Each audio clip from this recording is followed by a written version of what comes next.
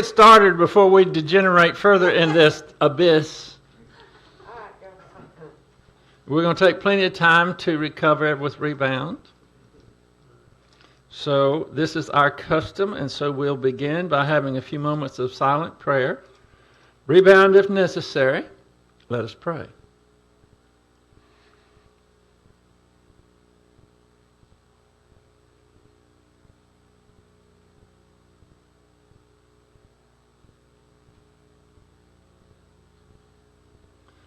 Heavenly Father, we thank you for the rain. We thank you for all the things that you provide for us, the necessities and the blessings and everything in between. We thank you that we can come here even on a dark, dank, rainy, cold night. The weather really doesn't matter because what really matters is your word. We thank you for those who are here and those that are tuning in. We pray that you will help us to focus and concentrate, for we pray it in Christ's name. Amen. There's a trend that's going on as of late that I'm not sure the solution, but it's not a good trend. It has to do with judicial activism. And yesterday was October the 30th, and this little blurb came out in the Family Research Council, and it says that the title is Judge OK's Lethal Injunction for Troops. Now, when I read that the first time, because I'm so thinking about lethal injection, I thought, well, are they killing our troops now? But it's lethal injunction, just in case you did the same thing I did the first time, thinking that it was lethal injection. It's talking about lethal injunction. Liberals don't mind when Barack Obama forced his radical social policies on our military, but they certainly don't want President Trump rescinding them. So where do they turn? Well, to unelected judges. That's what's happened earlier this afternoon, thanks to a U.S. District Judge, Colleen Collar Kotelly, Kotelly, who made the sweeping decision to keep the White House military transgender order from taking effect. How does one do that? How can an unelected judge take an executive order from the President of the United States and decide, no, I don't think I'm going to allow that? That gets my blood up. Without the benefit of the administration's data, military advisors, or intelligence reports, Coterie put herself in the position of setting a national security policy with very real consequences for our country. Did y'all hear about this, by the way, in the news? No, this is another one that they don't. There's so many other big things going on in the news. This one didn't make it. As a result of her temporary injunction, the entire military will revert to the status quo, a dangerous environment where people like Chelsea, formerly known as Bradley Manning, remember the traitor, the one that the previous president had his parents in the Rose Garden and was just praising this traitor. He even traded 5 of the worst terrorist generals for this traitor. That's the one I'm talking about. So it says that even people like Chelsea Manning can serve openly. Women can be forced to shower with biological men, and pregnant males can apply for maternity leave. That's right, I said pregnant males. Now, they're using this as normal these days. How insane is that?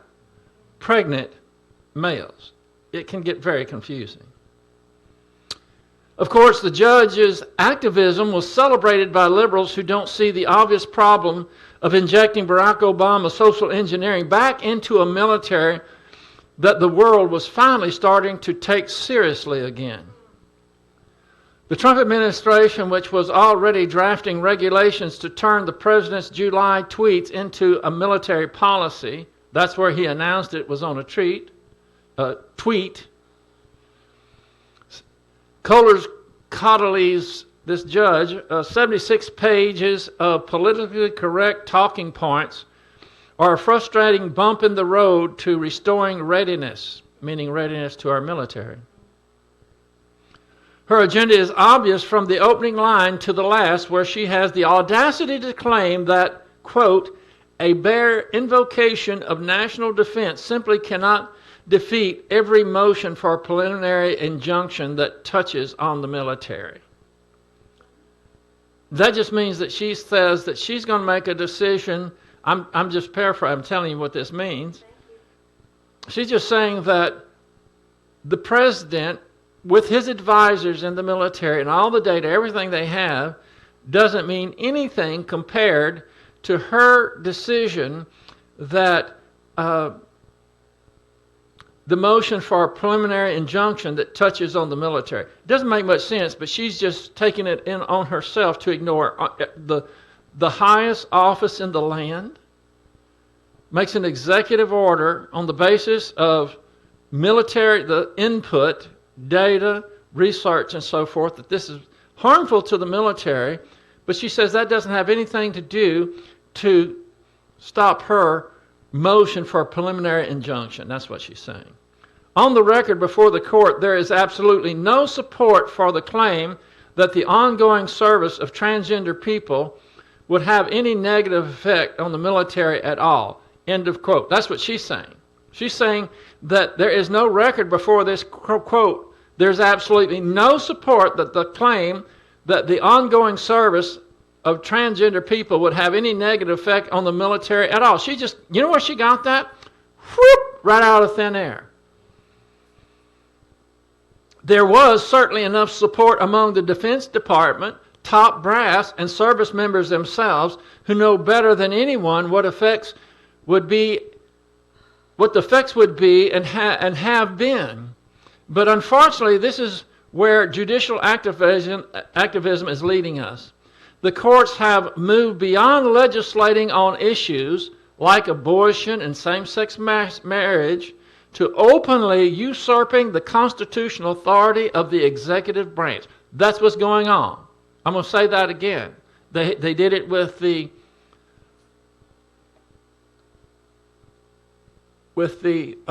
immigration issue. Remember, our president was going to not allow certain people, people from certain countries, they don't know who they are. They have no records of who they are, to come into the country. And you had one crackpot judge say, no, you can't do that. And then later on, he tried to amend that and do it again. And then another crackpot judge, this one in Hawaii, oh, no, you can't do that. And we're talking about the President of the United States that has the constitutional authority to do whatever the heck he wants to do with immigration. This isn't in the article. I'm just commenting here, by the way.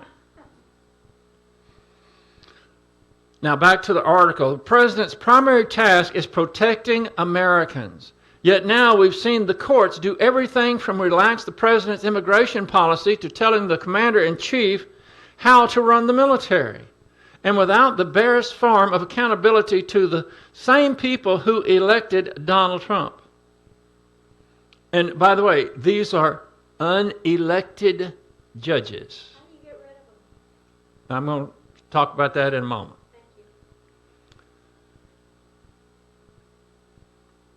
If Colleen Kohler wants to lead the military, she should face the people and run for president.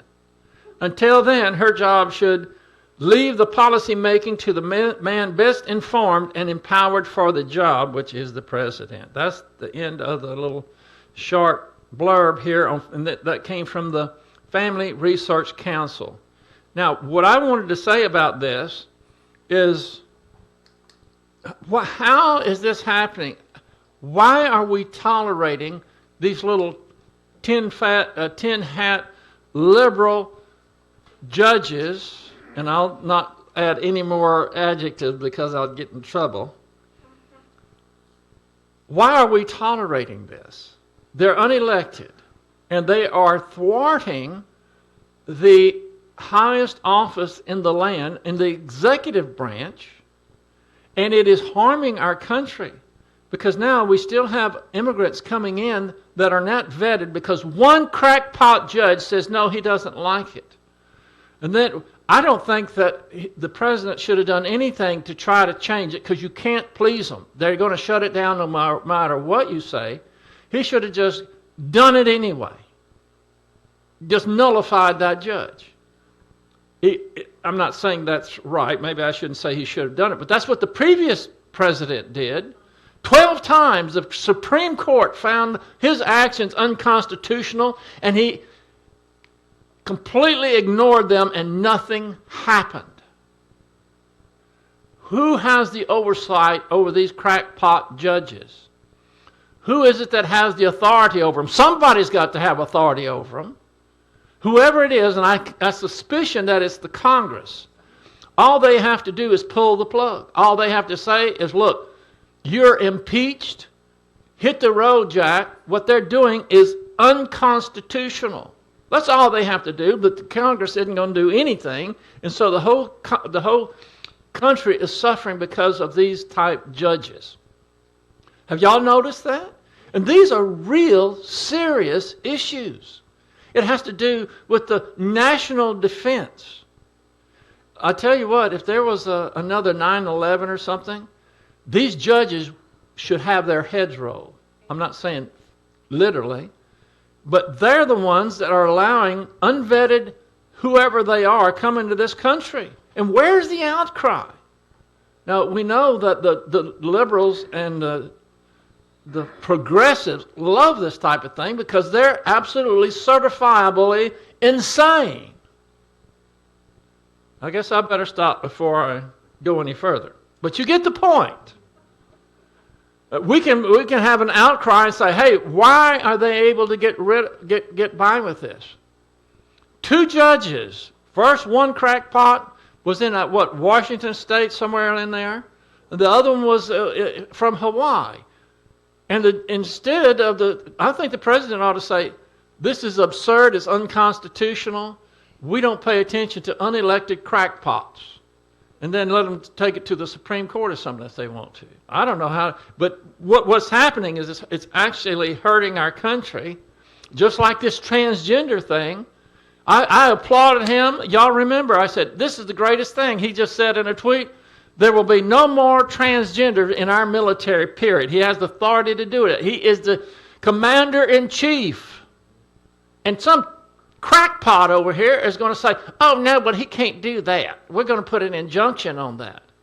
And he's going to shut down, one guy is going to shut down the whole military apparatus for worse, because everybody in the military, all those that are there, said this is a horrible idea. The morale goes in the tank. There's so many, there can be lawsuits. There's 100 things that can happen that are bad, and our president acted in the way that he has the authority to act, and these crackpot judges are saying, no, you can't do it. Does that not get your blood up? And I want to know why. Why can that happen? What? If Trump doesn't know that he has the authority to basically thumb his nose. Well, he's got advisors. He's got all. That's my next question. Where are his advisors that tell him? Well, I don't know. I don't know all that. All I'm saying is just like, I'll give you a comparison here because I got to get off this. But this is the comparison. In the Texas legislature, we had Joe Straus, which was, I'll just call him one word. How about evil? That fits. One man, Speaker of the House in Texas, nullified the vote to pass our bathroom bill here in Texas by the Senate. The House was ready to pass it, but he never allowed it to come to a vote. The governor, the lieutenant governor, and the what's the general second, No, I'm thinking about Craig, what is the highest, AG? Attorney General, that's what I'm thinking about. Attorney General, all the people, everybody, and they made a big deal about it to do it. This one guy says, no, I'm not going to put it up for a vote. And so they call a special session just to handle this. And he says, no, I'm not going to do it. Now, what I'm saying, by the way, the good news is he's not going to run again because he knew the handwriting was on the wall. But my question is, it was never designed to be that way, that one man can have his say over all the people, all the Congress, the governor, and everyone. Something is dreadfully wrong there, and it has to change. I don't know what it is, but it needs to change. Why aren't they addressing that issue? Because someone could get in there again and do the same thing. If it's the rules that they have in the Congress, I'm talking about the state Congress, change them. One man's never to have that kind of authority. And so we have children in schools all over our state that are put in jeopardy because this pervert caters to the big business and is not bringing it up for a vote. I mean, not even bringing it up for a vote, that's worse than any other kind of machinations he could come up with. The people nor anybody in the Congress had their say because of this one man. Now, I've had my say. Well, it's ridiculous. And sometimes these politicians act like they're paralyzed. They act like they can't move. They can't think. People on the street say, hey, kick him out. Dude, there was a time when these things happened, the people would get torches and pitchforks and march on the state capitol and tar and feather this bird and run him out of town. But, we're sophisticated now. We can't do that. We just put up with any kind of crap they want to put on us. So, all right, now maybe we need to rebound again. Maybe I do. But we are on our last throes of discernment review. We are close to being out of here. And we're starting a new part this evening. I'm going to put this on the board. But Cindy, I'm going to take it right off afterwards, so don't keep it at a distance, okay? See, this is on the board, but then zoom back. I just have to bring you in, Mike. I'm so sorry. You didn't bring me in? No, I've been too fixed on what you're saying. You know how it is. Okay. I'm sorry. That's okay. If the people who are online wondering why I was not close, it's because Cindy is able to concentrate so well. How about that? That's really nice, but I wish I could just be a little bit more attentive. Well, that's all right. Anyway, here we are. These are the lessons that we have covered. We started with religion, then we went to politics, two most controversial issues they say that you can talk about. Then we went to government, marriage, family, friends, health, business and employment, education, entertainment, money, and now we're on clothes. Clothes is the last one, and I know a lot of people think, what is clothes doing in there? Listen, clothes are a big deal. For one thing, we all have them. We all wear them, don't we? But we'll go through clothes, and then we'll close out. We're not going to close out tonight, but we might close out this Thursday. All right, so let's look at clothes here. All right. Now, Cindy, you can zoom in again.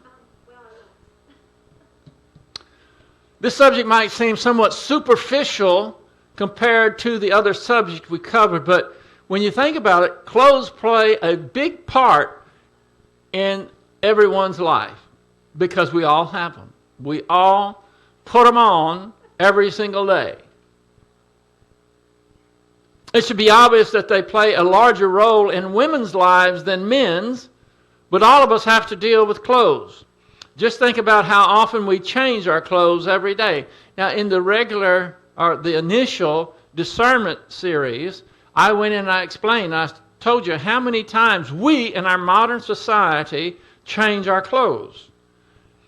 But if you lived in jolly old England in the, we'll say the 18th century, or maybe the 19th century maybe would be better, and you're a person of means, you would have a valet. A valet was a person who just helped you manage your clothes, because you had so many clothes and they were so proper, especially when it came to clothes, that you would change your clothes maybe 5 or 6 times a day.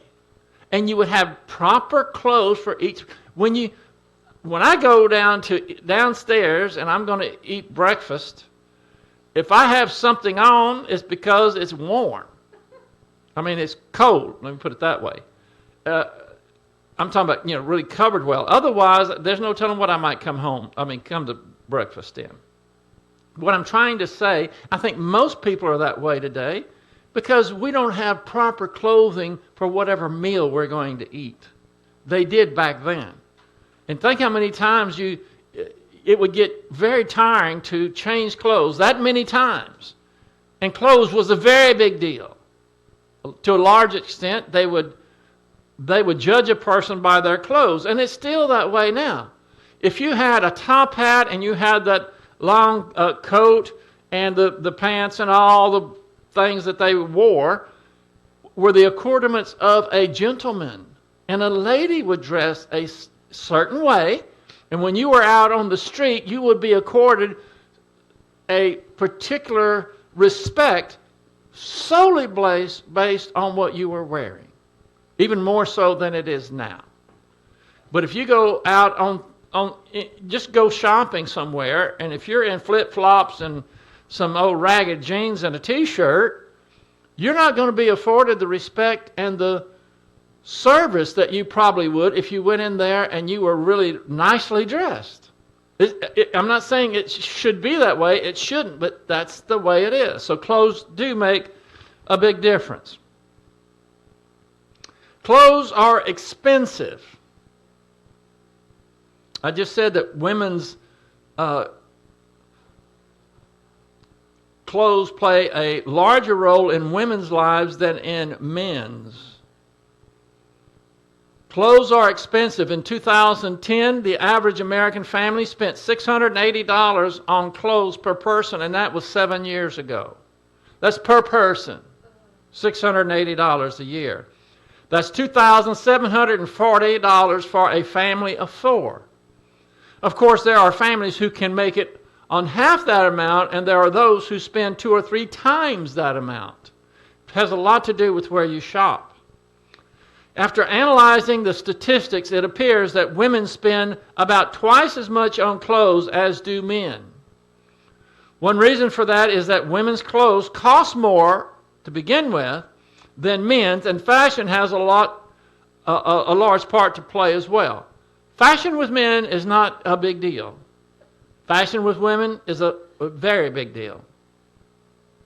Now, I've got 2 paragraphs here that I added. I put these in today, and I'm sticking my neck out on this. I'm in an area of uncharted waters, but I'm trying to make a point, okay?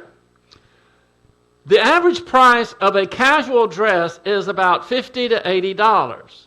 A dress for church could cost somewhere between $70 and $100. A pair of slacks, maybe $60. A good pair of women's jeans, $80. A blouse, $40 to $70. A skirt, maybe $75. A belt, $20 to $40.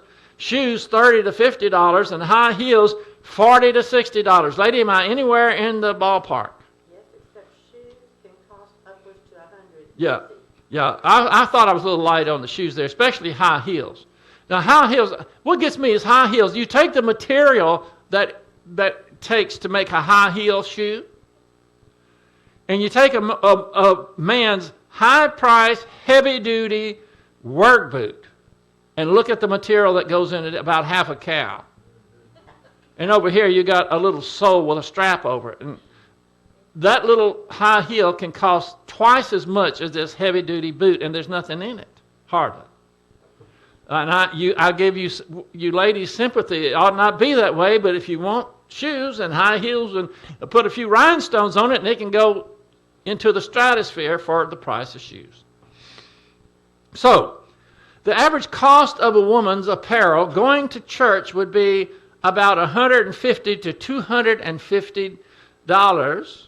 I'm just, saying it. Is that a range that it could be? I'm not talking about Bible class. I'm talking about Sunday church. It could be anywhere from $150 to $250. This is for one time to go to church, the clothes that it would take. And that's counting the shoes and the belt and so forth. But it's not counting jewelry. It's not counting accessories. And it's not counting makeup. What? Yeah, coats. Well, I guess coat is accessory. I don't know. But what I'm saying is, and I threw makeup in there because that's part of what a woman puts on her body, is it not? So, let's take the medium, and let's say it costs $200 for the clothes. Jewelry, you're getting in something big time there. I mean, even fake jewelry can cost as much as the clothes or more. Accessories, I think a purse is an accessory, is that right? Yeah. And scarves and hats and gloves and whatever else. And makeup, I have no idea how much a tube of lipstick could cost. $3 or $45. I have no idea what a tube of lipstick costs. But when you put all that together, what I'm saying is a large amount of family's budget goes into clothes, especially the females. I know that females are much, much more expensive to raise than males. Because I went through high school, and it wasn't a uniform, but it might as well have been. I wear the same thing every day. Jeans, cowboy boots, western shirt, and a belt. That's it. And a lot of times, the same jeans would be day after day until somebody said, you better change those jeans. And I had maybe a dozen shirts or something. Anyway, it went a long ways.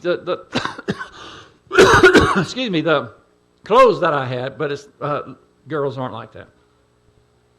There's an old saying, clothes make the man. But the truth is, clothes can make a man look better, but they certainly do not make the man. However, what a person wears does have a psychological effect on the people.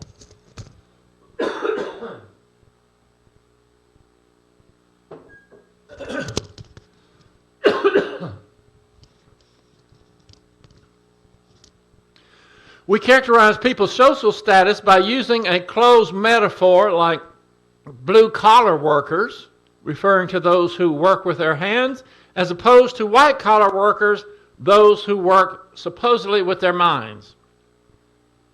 And I say supposedly because they do more than just work with their minds, but clothes are so much an issue in the average person's lives that we even use metaphors for their social standing.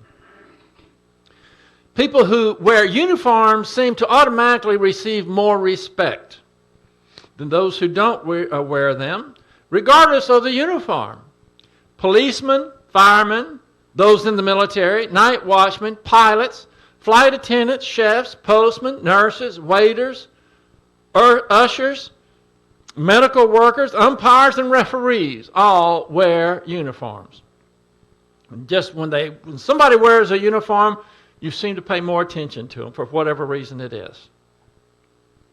The Bible makes a big deal about clothes. The New American Standard Bible uses clothes in its different forms, clothing and clothed, 274 times. Those words are used. And sometimes they'll be talking about clothes and they won't use one of those words, but you know what they're talking about. So that's a lot of times that these words are found in the Bible. Let's take a look at the different types of clothes mentioned in the Bible, just a few of them. The first one is swaddling clothes. Does everyone know what swaddling clothes are? Yeah, it's clothes for a baby, but it's not normal clothes for a baby. Actually, when we see in Matthew, I think it's chapter 2? Anyway, when the shepherds were going to go and see Mary and find Mary and Jesus in Bethlehem, the angel says, "And this will be a sign to you. You will find the babe wrapped in swaddling clothes and lying in a manger." Well, lying in a manger may have been uncommon, but maybe not that uncommon, because Mary and Joseph couldn't find an inn, so they were in a manger, in a stable, and imagine there were others, maybe many of them, because the stables were down on the first floor, usually the house and the living quarters up higher. Might not have been that unusual.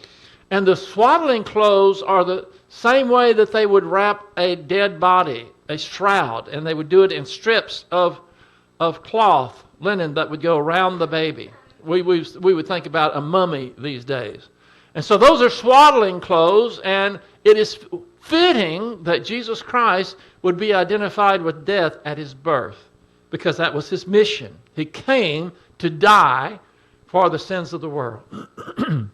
Then we have mourning clothes. That's M-O-U-R-N-I-N-G, mourning clothes. And what did they look like? Y'all remember in the Old Testament, what would they do? They wouldn't wear their regular apparel. They would put on what?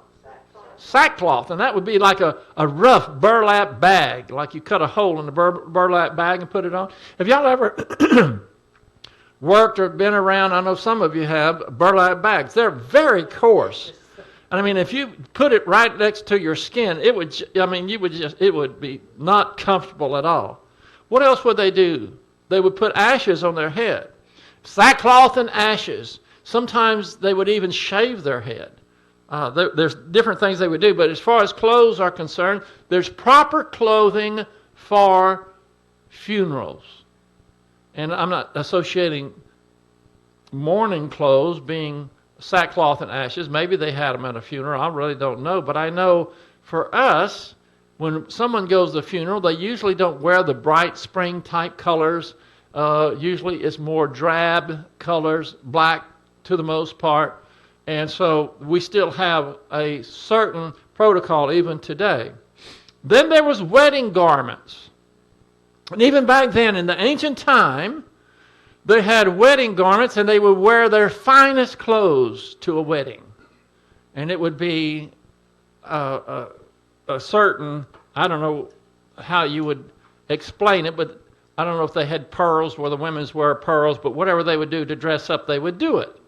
Now, that's the superficial definition or addressing clothes for a wedding. But the Scripture has something very important related to wedding clothes, and we're going to look at it in detail. Turn in your Bibles to Matthew chapter 22.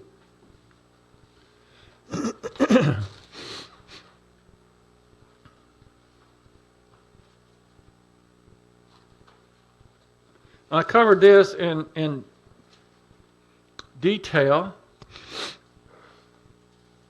but we're just going to go to look at it in our scriptures today. I spent several pages with this, and some of you know that I have taught this in the past. Matthew chapter 22. This is a parable, but it teaches a lot of eschatology in this parable, and a lot of people can get confused. Matthew chapter 22, verse 1. And Jesus answered and spoke to them again in parables,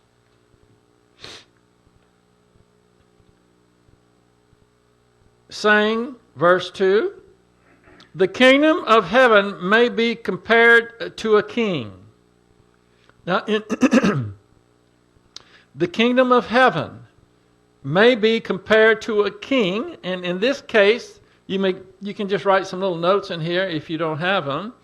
The king here is referring to God the Father. The kingdom of heaven can be compared to a king who gave a wedding feast. I want you to underline that word feast, or maybe even wedding feast, for his son, and the son would be Jesus Christ. You could put just capital J, capital C there.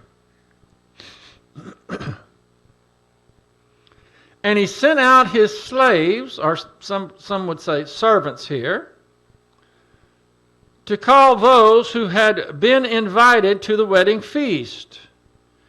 And they were unwilling to come.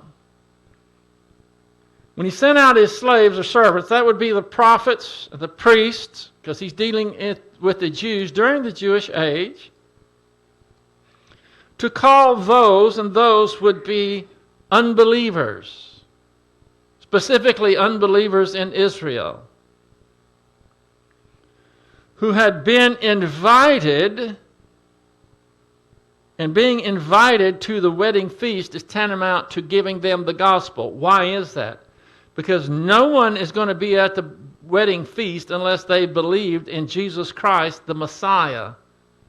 And so the invitation actually was the gospel given to the Jews. This is what the priests and prophets, what they were supposed to be doing, to attend the wedding feast, but no one goes to the wedding feast unless they have believed that Jesus Christ is the Messiah, the promised Messiah. So it's actually talking about the gospel. But they had negative volition and they rejected the invitation. They rejected the gospel. So I'll read that verse again.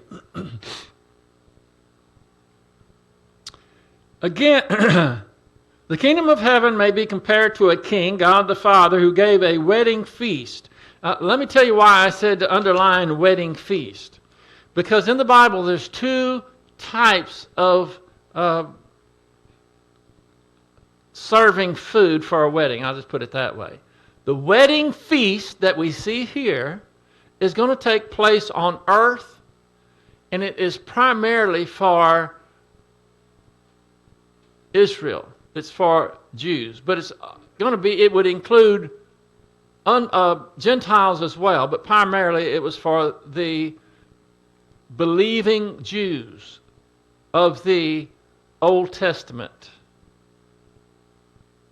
And I believe tribulational saints as well. Now, the other nomenclature for the food served at a wedding event is found in Revelation chapter 19, and it's called the marriage supper. So we have the marriage supper is going to take place in heaven, and that's for church age believers. The marriage supper. But the wedding feast is going to be for Old Testament saints, some Gentiles as well, on earth. And see, this is where a lot of people get mixed up, because they start trying to mix church age Christians and the wedding supper in with this. But this is in Matthew 22. These people had no inkling about the rapture, the church age. They didn't even know the church age was going to exist. So it would be very out of place to try to correlate this to what we have in Revelation chapter 19, and starting in verse 7 through 9 have to do with the wedding feast, the wedding supper, marriage supper, and that marriage supper is going to take place in heaven, and it is for church age believers only. Just thought I'd throw that in. So if you don't know these things right off the bat, you can start getting confused. And we're only on the second verse. Yes? So they're both in Matthew. I don't have the Bible in here. They're both in Matthew? No. Okay. In Matthew 22, verse 2, it's talking about the wedding feast. Okay. And the marriage supper is in Revelation chapter 19, verse, what did I say, 20? Yeah, I wrote it down. Okay. All right, that's all right. You need to know that. So this has to do with the unbelievers in the Old Testament is described, and when it says, and he sent out slaves to call those, then those would be, as we know in this verse, unbelievers. The prophets and the priests, and in fact other believers as well, were required to give the gospel about Jesus Christ is the Messiah. But they sent it, that's what God did, was send out these to call those unbelievers who had been invited to the wedding feast. Now, remember, this is a parable, and what it's saying is it's talking about a literal feast that will take place on earth. But we deduce that they were giving them the gospel because that's what is most important, and that is what is required for them to believe the gospel, to be at the wedding feast, which is going to take place after the second advent. Okay?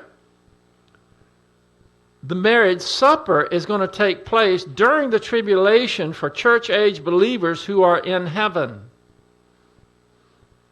We will have the wedding supper. We are going to be married to Jesus Christ. And there will be a marriage supper take place in heaven for church-age believers. We will come down at the second advent, and who's coming with us? The Old Testament saints as well. And the tribulational saints will be coming out of heaven when Christ returns at the second advent to start his millennial kingdom. These will be coming down as well. We will be in our resurrection bodies. We will have already had or experienced the marriage supper. They're coming down, and when they come down at the second advent, they're going to get their resurrection bodies, and then they're going to have the wedding feast. Do I need to repeat any of that? Okay. Well, you need to hear it more than once, and it's important. If you don't have these facts, it can get murky. Well, I understand the rapture, the church age believer, the wedding. Okay, let me start again. I'll start a little further back. When believers in the Old Testament died, they went to a place called Abraham's bosom or paradise. They're synonyms. When Jesus Christ died, and then he ascended, when he ascended, that was 40 days after his resurrection, he took captivity captive. In other words, what he did was empty that location of all Old Testament believers, and he took them, and they're not in resurrection bodies, they're probably in some kind of interim body, he took them with him to heaven. That's where they're located now. But they are not in resurrection bodies. Jesus Christ is still the only one that is in a resurrection body. I'm not going into details. That's getting into weeds. I'm just doing concepts first so you can understand this. They're in heaven. Church-age saints who have died are with Christ in heaven. Their soul and spirit. It's probably the same thing with the unbelievers. Their soul and spirit, but it's not just invisible blobs. There's some kind of inner body, it appears. So, when the church age believers are going to be raptured, this is when Jesus Christ returns, the saints that have already died, their soul and spirit is going to accompany Christ back to earth. Christ is not going to come to earth. He's going to remain in the clouds. But their soul and their soul and spirit is going to reunite in their bodies that have been maybe nothing but ashes now, and they're going to be transformed into a resurrection body that will be never subject to death or pain, can do all these phenomenal things. In an instant, this is in 1 Thessalonians chapter 4 is where this gives the detail. They're going to meet Christ in the air. All of us here will do that, and then we will go back to heaven. Sometime after that, at least 7 years or more, the tribulation will take place. While the tribulation is taking place, we're in heaven, we've been raptured, is when the judgment seat of Christ is going to take place. We're going to be evaluated. Sin is not going to be mentioned. Christ took care of the sin issue. Jesus Christ is going to evaluate us whether we should be rewarded and decorated or not, or whether we should be disinherited. When the tribulation is ended, then we are going to return to earth on white horses, just like Christ is riding a white horse at the second advent. Old Testament saints that have been there all this time are going to return to earth, their soul and spirit.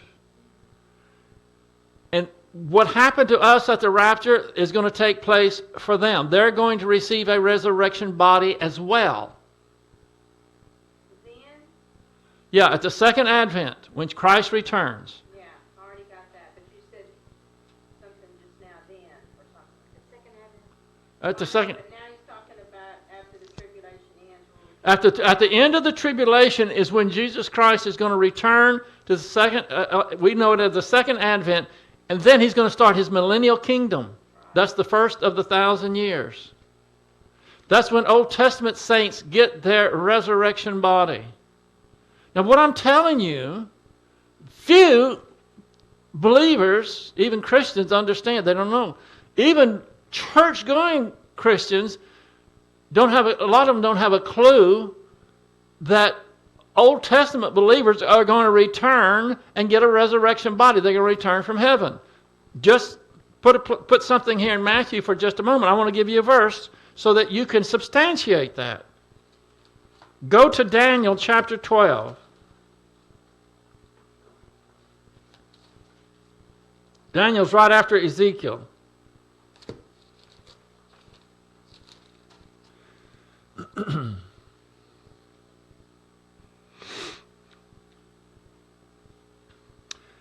Daniel, are y'all with me now? Daniel chapter 12, verse 1. Now at that time, Michael, the great prince who stands guard over the sons of your people, will arise, and there will be a time of distress such as never occurred since there was a nation until that time.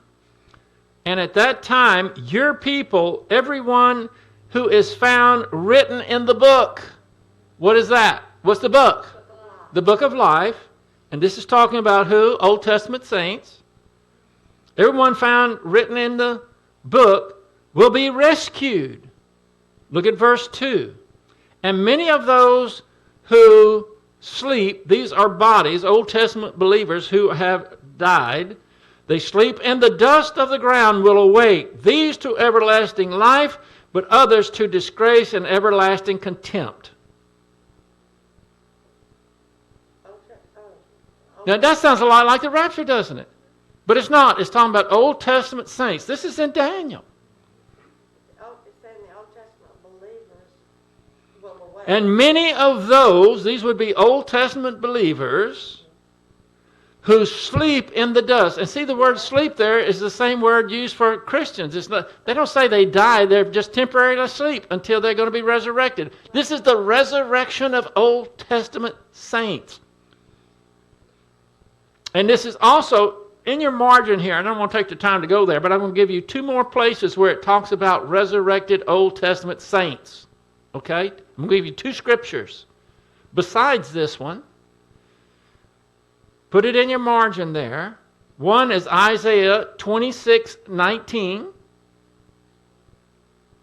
And another one is Job 19:26. Three examples in scriptures of Old Testament resurrection. The first one is Isaiah chapter 26, verse 19. And the other one is Job 19:26. Now, let me tell you something. See, a lot of people are amillennial. Do you know what that means? There's no millennium whatsoever. And then there are those called post-millennial. So many people don't even have their eschatology or dispensations correct. But even those who, there's a lot of people that understand dispensations, and they don't know what happens. It's just a mystery what happens to the Old Testament believers. Now, do you see why I'm telling you this? This is important. How are you going to understand Matthew 22 talking about a wedding feast for Old Testament believers if you don't even know whether they're going to be resurrected or not? Now, here's a question for you. When this wedding feast takes place, are they going to be in their resurrection bodies? The correct answer is yes. Yes. Yes. When they return to earth. Now, I can't tell you that it's going to be similar to the way church age believers receive their resurrection body. To my knowledge, the Bible doesn't say. But we do know from these scriptures that they're resurrected. And we're talking about their bodies who sleep in the dust. Okay? Now back to Matthew 22.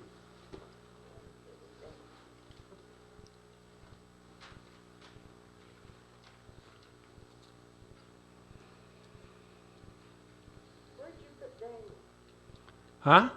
Where'd you put Daniel in this book? I usually can flip and find it. Where's Daniel? It's right after Ezekiel.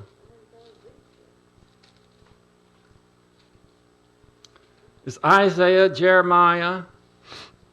That's the Chronicles? Oh, you're way back there. It's on the other side of the Psalms. You have Ecclesiastes, then you have Proverbs, then you have Isaiah, Okay, got Isaiah. Jeremiah. Just keep going, then you have Ezekiel, and then it's Daniel. Okay, but we're back in Matthew 22 now. Are y'all back in that Matthew 22? Okay.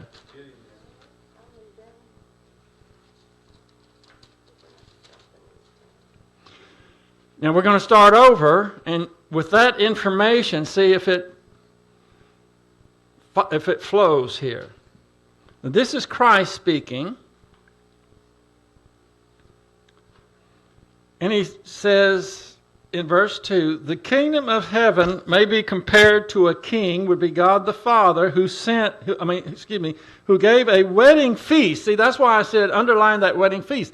You would read this and think, well, that doesn't mean anything. No, it's a very technical part here. Wedding feast for his son would be Jesus Christ, and he sent out his slaves, these would be priests and prophets, to call those unbelieving Israel who had been invited.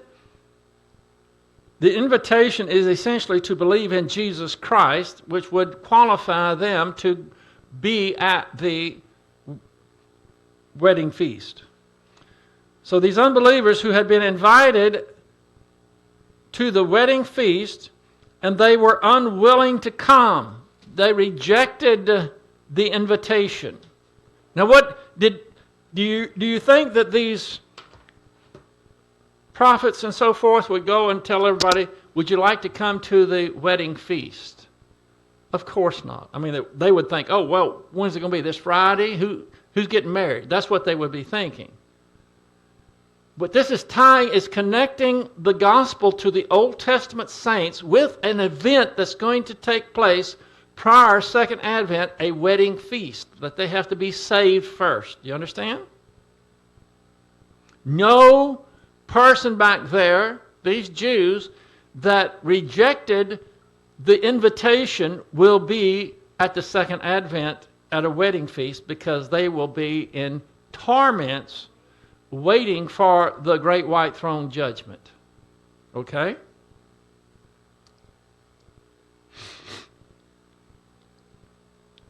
We're already to verse 4 now.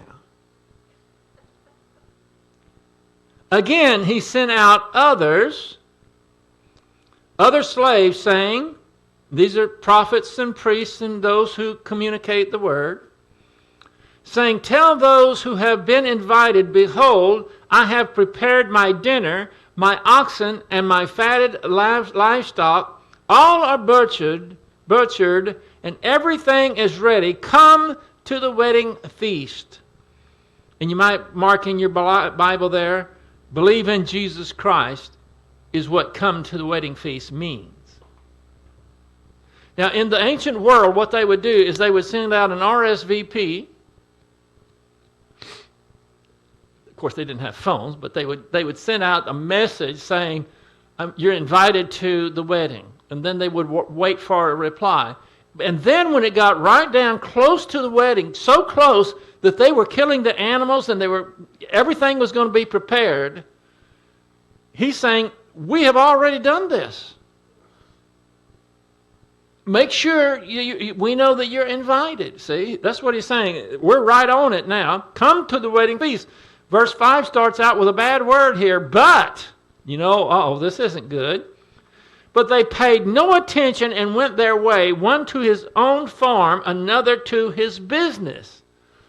All this is saying they didn't pay, they just ignored it. Some had a farm, they just go to their farm and go about their business, or they had a business in town, they'd go about their business. They ignored the invitation. After, according to verse 4, the preparations for the dinner, the oxen and the fatted livestock and all butchered and everything is ready. The tables were set. It was all set.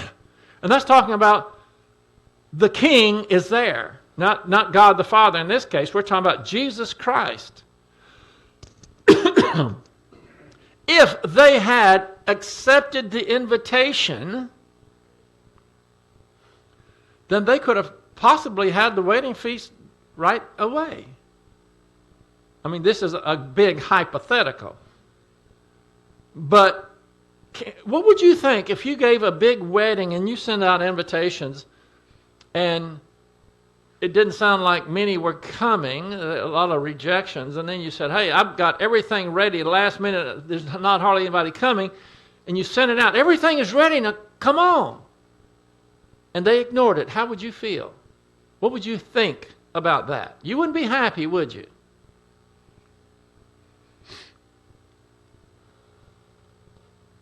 Verse 6. Let me start with verse 5 because verse 6 is part of verse 5, part of the sentence. But they paid no attention and went their way, one to his own farm, another to his business, and the rest seized his slaves and mistreated them and killed them. Not only did they ignore the wedding feast, they murdered the communicators that were giving them the gospel, that was giving them the invitation. They had the biggest grace offer that you could ever possibly have. The messengers were saying, hey, Messiah is here. Repent, for the kingdom of heaven is at hand. Remember that? What did they not like? They didn't like the repent part. They weren't humble. And they ignored it. They rejected Jesus Christ. And not only did they do that, but they murdered the messengers. Now, what do you think? What would you do in that case? Where we have God Almighty himself who sent these messengers for their good, and they murdered them. Verse 7, well, this makes sense. But the king was enraged and sent his armies and destroyed those murderers and set their city on fire. What's that talking about? And I'm out of time. That's a bad time to be out of time. But I will tell you about this verse. We'll stop at this verse, but do you want to make sense out of this verse, okay? Right? Okay. Verse 7 says, but the king was enraged and sent his armies and destroyed those murderers and set the city on fire. This is talking about the destruction of Jerusalem in 70 AD. Tongues was all about giving the Jews warning that when you see Jews giving the gospel in Gentile languages, it was a sign that the end is short. You better get your act together. It was about 40 more years that God gave them, and then he pulled the plug. And this is known as the great diaspora or diaspora. He was through with the Jews, and they spread out all over the world. They were dispersed. That's where you get diaspora or diaspora. And this is also, when this happened, a fulfillment of what we see here in verse 7. They literally set it on fire. In fact, remember Christ said that when his disciples were all so impressed with the temple, and they asked Christ, what do you think about that? He said, that's every stone on that's going to be tore down. And the reason in the fire there would be gold that would melt and go in between the cracks in the stones, and they would move, they just removed all the stones in order to get the gold and so forth. That was what we see here. Now what's happening next is might be a surprise, but we'll have to save that for next time. Okay? I think maybe I better review this again next time, right? Please. To get it solidified in your soul. Okay, let's close. Father, thank you for this time that we can go over your mighty word and see how you have been faithful in the past and in years and promised things in the future that have come about exactly as you had prophesied. We can take heart when we're reading in Matthew 22 about the wedding feast, that it will surely come about as well. Help us to have an open mind and focus on this so we can get it straight in our own mind, because your plan is phenomenal. And we need to know it and be inspired by it. So we thank you for this, and we pray it in Christ's name. Amen.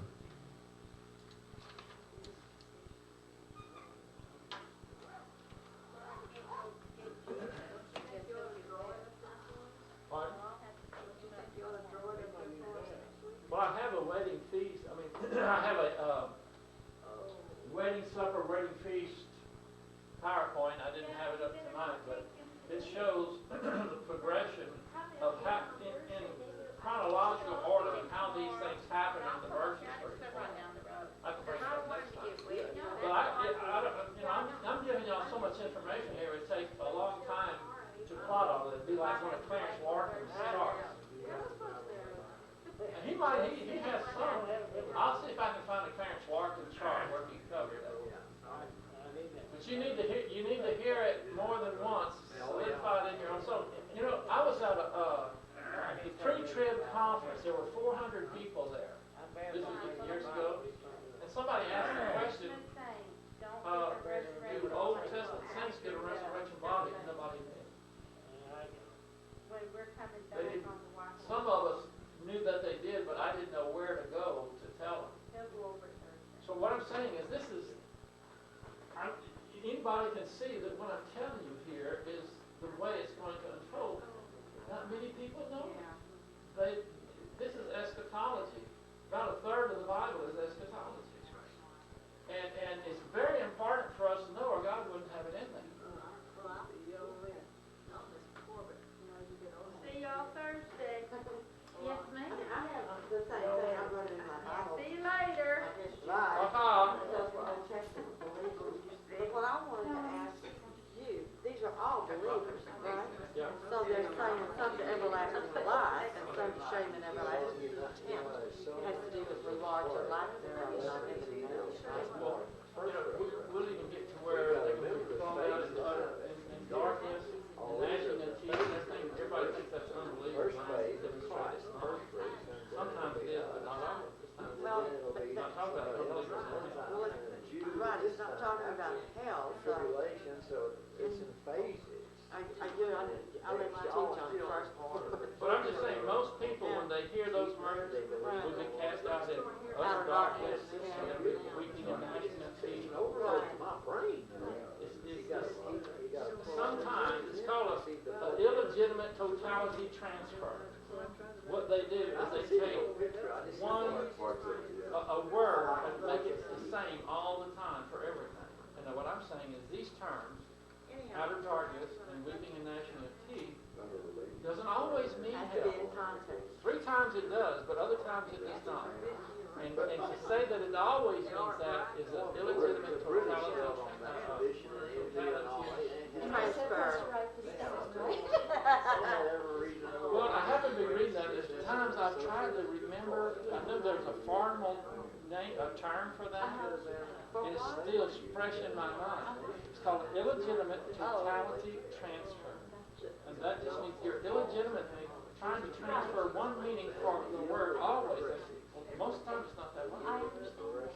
Oh, I God. haven't said it before because I couldn't remember. There's probably never forget it now. You have to be really concentrated on your lose the separation. I'm here to help him out.